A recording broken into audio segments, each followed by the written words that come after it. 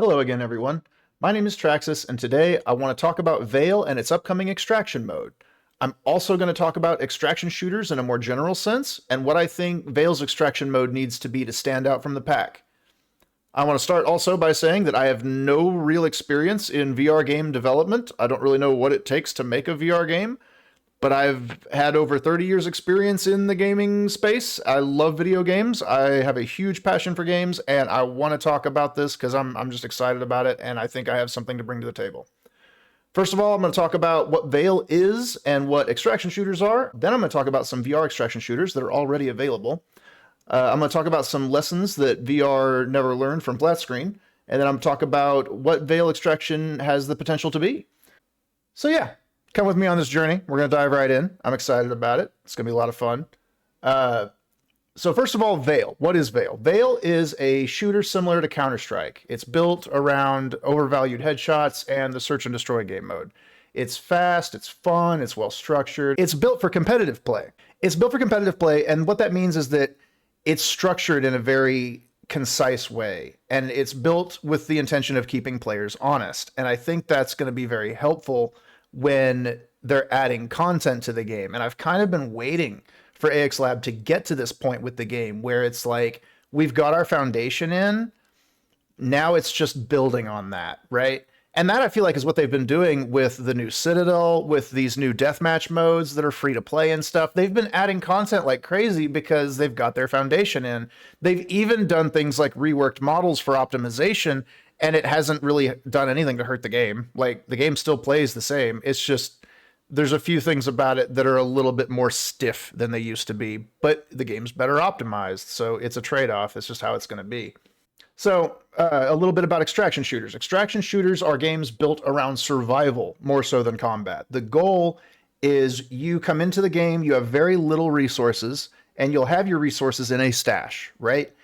In that stash, you're pretty well safe, right? Like nothing can touch your stash. Your stash is your own, right? This is kind of what differentiates extraction games from survival games, right? Because in a survival game, you can break in and steal people's shit, but in an extraction mode game, your stuff is safe, right? Your valuables are in a secure location.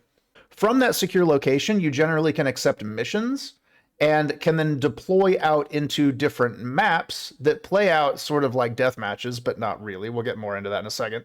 And the goal in there is to get out alive, right? Because anything that happens in that arena is like permanent. And in any of the maps, you have various arrangements of NPCs, bosses, points of interest, loot locations, hidden stashes, all kinds of things, right? But you have spawns, and generally across from those player spawns are located your extraction points. And the goal is to navigate the map and get to the other side alive. Death means that you lose anything that you found and anything that you brought with you. That is the general workings of an extraction shooter. And so that is what VAIL intends to make. We don't know much about what VAIL's extraction mode is going to look like yet. They've shown a few things on Twitter. They've shown the island. They've shown that they want to have loot and that Carl will be name among the loot. And then they're wanting to have a boss. They know that they've talked about having a boss, and they've talked about him being very big and very challenging, but they don't know what they want that to look like yet. So there are some existing VR extraction shooters that you can play right now. The one you've probably heard the most about is Ghosts of Tabor. It's a militaristic extraction shooter, kind of built around tactical PvP and not a whole lot else. You do have a bunker, and there's some progression to that bunker, and you've got there's a healing and a stamina mechanic, and I mean, it's got the basics, right? It's got the basics in there, and it works pretty good. It's got some bugs, but they're working on it. It's coming along. Ghost of Tabor is pretty solid, all right? It's got missions that you can do, but it doesn't really have a story. It doesn't have a lot of lore. There are bosses. It's got all the parts there, but they're not really connected in a cohesive way. And they tell the lore and they tell the story like outside of the game, but there's not a lot of it that has anything to do with the game. That's just something I want to talk about because it'll lead more into what I want from VAIL later. Another game is Astro Hunters VR. Astro Hunters is All right, listen, Astro Hunters is a game, but look, it's got some really good PvE elements like resource gathering, tons of base upgrades, crafting, lots of different enemy NPCs, which is all great. Just none of these enemies are very threatening. They're easily killed with starter weapons, and you just never really run into anything that presents a real danger besides the wildly rare player encounter. There are missions that are these kind of weird public quest things where everybody has the same mission and they're all kind of supposed to go to the same place and is supposed to encourage player encounters. But aside from the base upgrades, there's nothing really encouraging you to keep coming back and play. There's no mission progression and no story to tell. The last game I'm going to talk about is Exfil Zone. It's part of Contractor Showdown as a new mode that Caveman Studios has added to the game, and it's probably the closest representation of a true extraction shooter in VR that we've seen today. It's got PvE, it's got PvP, it's got progression, it's got tactical gameplay, it's got complex healing mechanics, good mission system, it's got everything. It's in alpha, it just needs time. The missions even have their own self-contained little stories, but there's just not a lot of actual overarching lore yet. I imagine that's something we'll see get added to the game as it gets progressed through development, but it really doesn't even need it. What it has is pretty solid on its own. So I want to take a minute and talk a little bit about the lessons that VR extraction shooters have absolutely never learned from flat screen extraction shooters. The first is challenging and interesting NPCs are extremely important. If we look at something like Escape from Tarkov, scavs are ruthless, man. Like, the scavs are just nasty. Even when you're over equipped to deal with them, they are a danger. They are a problem. There's something you have to be prepared for and have to constantly be on alert for. I don't feel like that's something we're getting in current extraction shooters in VR. It's just not. We're just not seeing that level of challenge. I would say that Exfil Zone is by far and away doing the best, and Ghost of Tabor bots have a tendency to just straight aimbot you, which is not really what I would call challenging. It's just aimbotting you. There needs to be behaviors behind them. They can't just stand and shoot at me and aimbot. That's not good NPC design.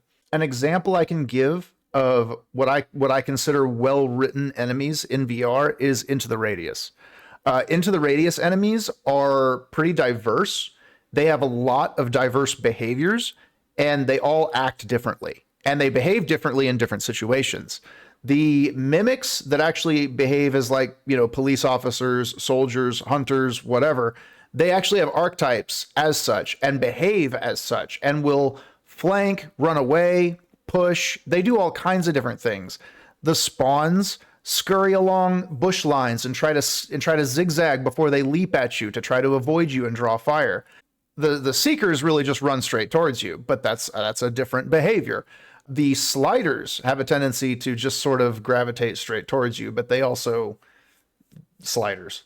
Anyways, all that to say, each of these enemies was threatening and unique in its behaviors, and their behaviors were not always consistent. And I think that's important for something like this to succeed. I think that's going to be important for something like this to do well. Another thing I wanted to talk about is PvE strife. Bot on bot violence is fun.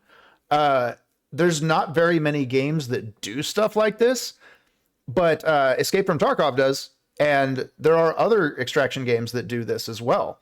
Namely, Delta Force does this, where bots have different factions that fight each other, right? And so you can have strife amongst the bots while there's other things going on in the map. This creates just an interesting dynamic gameplay environment. It makes it really fun to be a part of just a bigger battle. So I feel very strongly about this one. Bosses need to be more than palette swapped NPCs with boosted stats. I'm going to reference Hunt Showdown for this one. If you've ever played Hunt Showdown, the bosses are very unique and very interesting, and they each have like their own different phases, different attacks, different things that they do, and they have their own weaknesses. There's different ways that you can take them down quickly and easily, and once you learn that, then you can kind of use that to your advantage. That's a fun mechanic. I'd like to see that from the bosses in this game.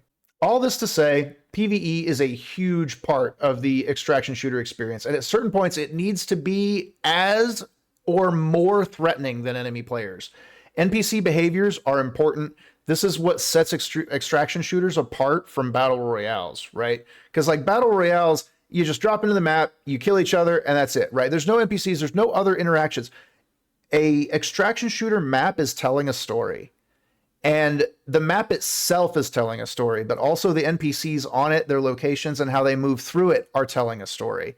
And so all of that needs to be dynamic and it needs to feel organic to the player. Each match you go in needs to be a little bit different.